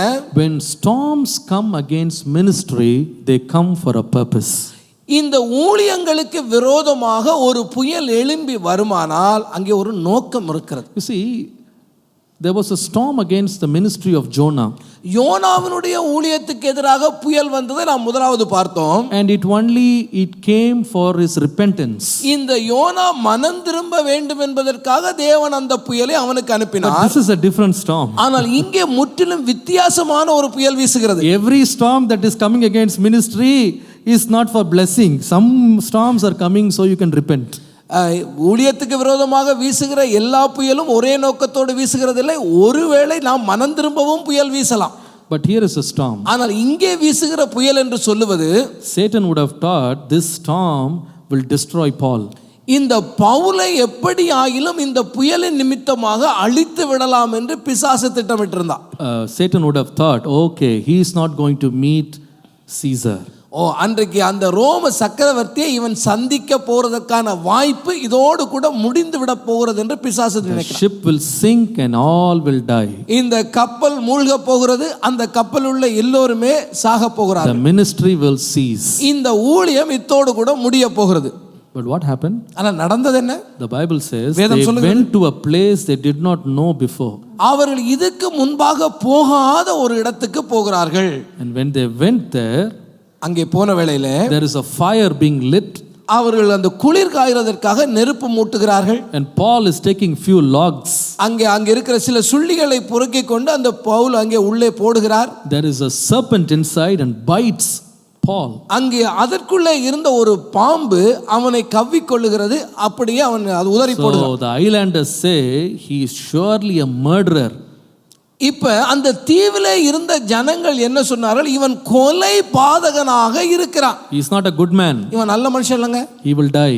இவன் நிச்சயமா சாக போறான். But Paul was sitting there quietly. ஆனா எந்த அழிவும் இல்லாதபடி அங்கே பவுல் உட்கார்ந்து கொண்டே இருக்கிறான். Everybody is waiting for his death. இப்ப இவன் சாக போறத பார்க்கிறதுக்கு ஒரு கூட்டம் நின்னுட்டே இருக்குது. He doesn't die. ஆனா அவர் சாகல. The tables turn instantly. இப்ப உடனடியாக அந்த நிலை மாறுகிறது. They say he is a god. இவன் தேவன் என்று சொல்ல ஆரம்பித்தாங்க. First they said he is a murderer. முதலாவது என்ன சொன்னாங்க? இவன் கொலை பாதகன் என்று சொன்ன அதே ஆட்கள் Now they say he is a god. இவன் தேவன் என்று சொல்ல ஆரம்பித்து விட்டார்கள். The chief of the island comes. அந்த அதிபதியாக அந்த தீவுக்கு அதிபதியானவன் வருகிறான். He has a sick member in the family. அவனுடைய குடும்பத்திலே ஒரு நபருக்கு தீராத ஒரு வியாதி இருந்தது. Paul heals that. அந்த இடத்திலே பவுல் ஜெபம் பண்ணி அவன் சுகமாகிறான். Whole island, all the sick people come. அந்த தீவிலே இருந்த அந்த நோயாளிகள் எல்லோருமே இவனிடத்தில் வருகிறார்கள். A huge door of ministry opens up. ஊழியத்துக்கான ஒரு பெரிய கதவு அங்கே திறக்கப்படுகிறது. This was not in the itinerary. இது அவனுடைய திட்டத்திலோ பயண இலக்கிலோ இருக்கவில்லை. But God had a great plan. ஆனால் தேவனோ அவனுக்கென்று இன்னொரு திட்டத்தை வைத்திருந்தார். And they left it and went to Rome. அவர்கள் அந்த இடத்திலே முடித்த பின்பு ஊழியத்தை முடித்த பின்பு ரோமுக்கு போகிறார்கள். The centurion who saw all of this gave special preference for Paul. அவனோடே வந்த அந்த நூற்றுக்கு அதிபதி, எந்த நூற்றுக்கு அதிபதி இவனை கைதியாக கொண்டு வந்தானோ அந்த நூற்றுக்கு அதிபதி கண்களினாலே நடந்த காரியங்களை பார்த்தான். And he gave special preference to Paul. அவன் ரோமாபுரிக்கு சேர்ந்த வேளையிலே இவன் அவனுக்கு ஒரு பெரிய சலுகையை கொடுத்தான். And he stayed in a rented house for 2 years and preached the gospel freely in Rome. 2 வருட காலம் ஒரு வீட்டை வாடகைக்கு எடுத்துக்கொண்டு வந்த நபர்கள் எல்லோருக்குமே கர்த்தராகிய இயேசு கிறிஸ்துவின் சுவிசேஷத்தை அறிவிக்கிற ஒருவனாக பவுல் இருந்தான். I tell you, storms will come even in the ministry. ஊழியத்தின் பாதையிலும் புயல் நிச்சயமே வரும். வருமா வராதா? வரும். சத்தமே வர மாட்டேங்குது. வருங்க. மினிஸ்ட்ரி மேல கூட புயல் வரும். And people will turn around, people will turn against, people will leave. So many storms will come. நம்முடைய ஊழியத்திலே வெளியே போவார்கள், நம்மை விட்டு போவார்கள், பிரிவினை உண்டாகும். இது எல்லாமே ஊழியத்தில் உண்டு. All storms will come. எல்லா விதமான புயலும் ஊழியத்தில் உண்டு. But you should be careful. ஆனால் நாம் கவனமாக இருக்கணும். Keep your heart before God. நம்முடைய இருதயம் தேவனுக்கு முன்பதாக எப்படி இருக்கிறது? And I tell you, every storm in the ministry, God will use it to expand new boundaries. தேவனாகிய கர்த்தர் ஒவ்வொரு ஊழியத்துக்குள்ளே வருகிற புயலை கொண்டும் அவருடைய ராஜ்யத்தை விரிவுபடுத்துகிற வேலையை செய்து கொண்டே இருப்பார். Hallelujah. Hallelujah. கண்காணாத அதிசயங்களை தேவன் செய்வார். ஆமென். மெலிதா தீவில் அவங்க இறங்க வேண்டிய அவசியமே இல்லை. ஆனால் இந்த புயல் வந்ததுனால தான் எங்கே போனாங்க? மெலிதாக்கு போய் நூற்றுக்கணக்கான ஆயிரக்கணக்கான மக்களை கர்த்தருக்கு ஆதாயப்படுத்திட்டாங்க. ஆமென். புயல் வரும், வெள்ளம் வரும், ஆனால் கர்த்தர் நமக்கே அடைக்கலமாயிருப்பார். ஹல்லேலூயா. சந்தோஷமா இருக்கிறீங்களா? ஆமென். புயலை கண்டு பயப்படாதீங்க. ஆமென். உங்களை திருத்துகிறதுக்கு புயல் வரும்னா கர்த்தருடைய சமூகத்தில் பணிந்து என்னை மன்னியும் ஆண்டவரே, என் பாதைகளை திருப்புறேன்னு சொல்லுங்கள். உங்கள் குடும்பத்துக்கு விரோதமாக புயல் வரும்போது கர்த்தரிடத்தில் ஓடுங்க. அமைதியாக்க கர்த்தரால் முடியும். உங்கள் விசுவாசத்துக்கு விரோதமாக புயல் வரும்போது கர்த்தரை உறுதியாக பற்றி கொள்ளுங்க. ஊழியத்துக்கு விரோதமாக புயல் வருதா, சந்தோஷமாக இருங்க. கர்த்தர் அதை வெற்றியாய் முடிய பண்ணுவார். என்ன புயல் வந்தாலும் கர்த்தர் நம்ம எட்டாத உயரத்தில் உயர்த்தும்படி அந்த புயல்களை பயன்படுத்த மாட்டார். இன்னைக்கு இந்த இடத்தோட போகும்போது சந்தோஷமாக போங்க. புயல் அடித்தாலும் என்ன வந்தாலும் தைரியமாக இருப்பேன். என் புயல்களுக்கு அடைக்கலமாக இருக்கிற கர்த்தர் இருக்கிறாரு. ஆமென். சந்தோஷமாக இருக்கீங்களா? ஹல்லேலூயா. ஒரே ஒரு பாட்டு பாடணும்னு ஆசைப்படுறேன். இது எல்லாருக்கும் தெரிஞ்ச பாட்டு தான். சீயோனிலே என் திட அஸ்திபாரம் கிறிஸ்துவே, அவர் நான் என்றும் நம்பும். என்ன புயல் வரட்டுங்க, பயப்படாதீங்க, திடமா இருங்க, தைரியமா இருங்க. தைரியமா இருப்பீங்களா? ஏன் தைரியம்? நிறைய ஆள் பலம் இருக்கு, பண பலம் இருக்கு, அப்படியா? இல்லை இல்லை. கர்த்தர் நமக்கு துணை நிற்கும் போது புயல்கள் என்ன செய்ய முடியும்? சீயோனிலே என் திட அஸ்திபாரம் கிறிஸ்துவே, அவர் நான் என்றும் நம்பும் கன்மலை.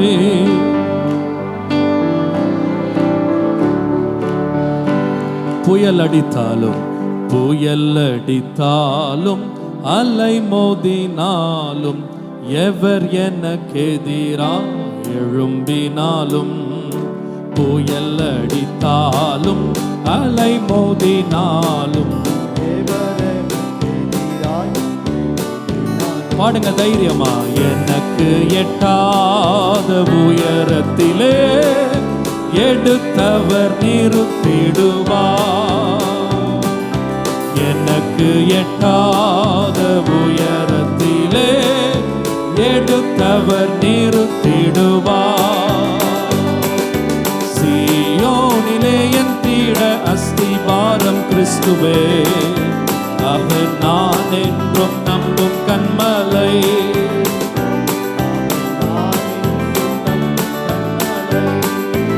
நான் விசுவாசிப்போர் இன்னார் என்றறிவேன். என்னையே படைத்திட்டேன் அவர் கரத்தில். நான் விசுவாசிப்போர் இன்னார் என்றறிவேன். என்னையே படைத்திட்டேன். விசுவாசத்தோடு சொல்லுங்க. முடிவு வரை என்னை நடத்திடுவார், முற்றுமாய் ரட்சிப்பாரே. முடிவு வரை என்னை நடத்திடுவார், ஜீசஸ் முற்றுமாய் ரட்சிப்பாரே. நல்லா கவனிங்க, ஒரு முறை இதை பாடுவோம். கவனிங்க. முடிவு புயல் கிடையாது, முடிவு கர்த்தர்ட்ட தான் இருக்கு. அல்லேலூயா. முடிவில் இருந்து நம்மை ரட்சிக்கிற ஒரு தேவன் நமக்காக அடுத்த கரையில் நின்றுட்டு இருக்கிறார். இந்த புயல் நம்முடைய முடிவு அல்ல, தேவன்ல தான் நம்முடைய முடிவு இருக்கு. விசுவாசிக்கிறீங்களா? அதை சேர்ந்து பாடுவோம். நான் விசுவாசிப்போர் இன்னார் என்றறிவேன். என்னையே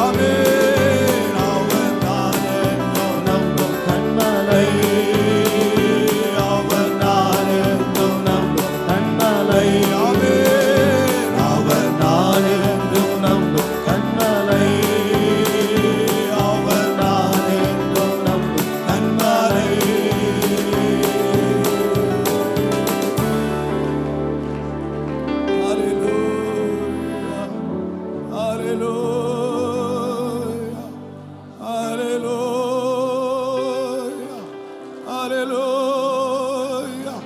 Oh Rabba Sababala Talari Ambala Shakababala. Hallelujah. Hallelujah. ஆண்டவரே நீர் என் அடைக்கலம், என் கோட்டை, என்னுடைய அரண். ஓ ரப சபபல தலாரியா தீரா ஷபபபபப. ஓ ரபல தலாரி அம்பல ஷகபபல தலாரி. நீ பபபபபல தலாரி அம்பல சிகபபல தலாரி. நீரால தலாரியா தலக்கபோரியா. Hallelujah. Hallelujah. கர்த்தரை நம்புகிறவர்கள் சீயோன் பர்வதத்தை போல உறுதியாயிருப்பார்கள். நம்மை அசைக்கவே முடியாது, அசைக்கவே முடியாது. ஹல்லேலூயா. கர்த்தருடைய தாசன் சொன்னான், தேவன் என்னுடைய அடைக்கலம், தேவன் என்னுடைய கோட்டை, தேவன் என்னுடைய அரண் என்று நான் சொல்லுவேன். சொல்லுவேன். சொல்லுங்க, வாயத்துல சொல்லுங்க. தேவன் என்னுடைய அடைக்கலம். ஓ வாயத்துல சொல்லுங்க. ஆண்டவர் நீர் என் அடைக்கலம், நீரே என்னுடைய கோட்டை. ஹல்லேலூயா. ஹல்லேலூயா. தேவன் என் அடைக்கலமே, என் கோட்டையும் அரணும் அவர் சத்தியம் பரிசையும் கேடகமும் என் நம்பிக்கையும் அவரே. அவர் சத்தியம் பரிசையும் கேடகமும் என் நம்பிக்கையும் அவரே. அவர் சேட்டையின் கீழ் அடைக்கலம் புகவே தம் சிறகுகளால் மூடுவார்.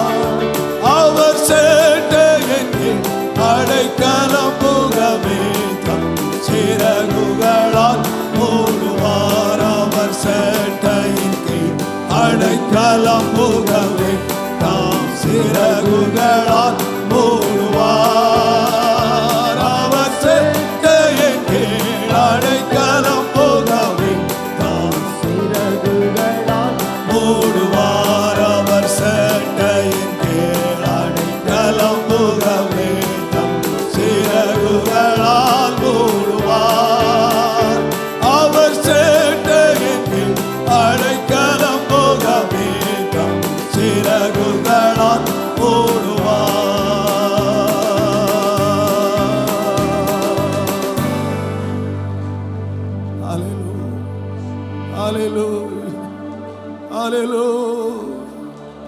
எங்கள் அடைக்கலமும் எங்கள் கோட்டையும் எங்கள் அழகுமாய தேவனாய கர்த்தாவே. ஓ ஹல்லேலூயா. ஹல்லேலூயா. ஹல்லேலூயா. ஹல்லேலூயா. ஆண்டவரே, நாங்கள் பயப்படாதபடி எங்கள் அடைக்கலமாயிருக்கிறவரே. ஓ ராபாஷியாலியாத்தியா, உம்மிடத்திலே ஒப்பு கொடுத்ததை அந்நாள் வரைக்கும் காத்துக்கொள்ள வல்லமை உள்ள தேவனே, உம்முடைய ஆச்சரியமான கரத்திலே உம்முடைய பிள்ளைகளை தனியாக குடும்பமாக ஆண்டவரே எங்கள் ஊழியமாக சேர்ந்து உம்முடைய கரத்திலே நாங்கள் அர்ப்பணிக்கிறோம். நாங்கள் அர்ப்பணிக்கிறோம் ஆண்டவரே. ஒப்பு கொடுத்ததை காத்துக்கொள்ள வல்லமை உள்ளவரே, உம்முடைய பாதுகாப்பின் கரம் எங்கள் மேல் ஆண்டவரே. இந்த ஆராதனை வெளியிலே இருந்து பார்த்து கொண்டிருக்கிற மக்கள் மேலும் உம்முடைய விசேஷித்த பாதுகாப்பை அடைக்கலமாகிய தேவன் கட்டளையிடுவீராக, கட்டளையிடுவீராக, கட்டளையிடுவீராக. உம்முடைய மகிமையுள்ள நாமத்தை மகிமைப்படுத்தும் இயேசுவின் நாமத்தில் பிதாவே.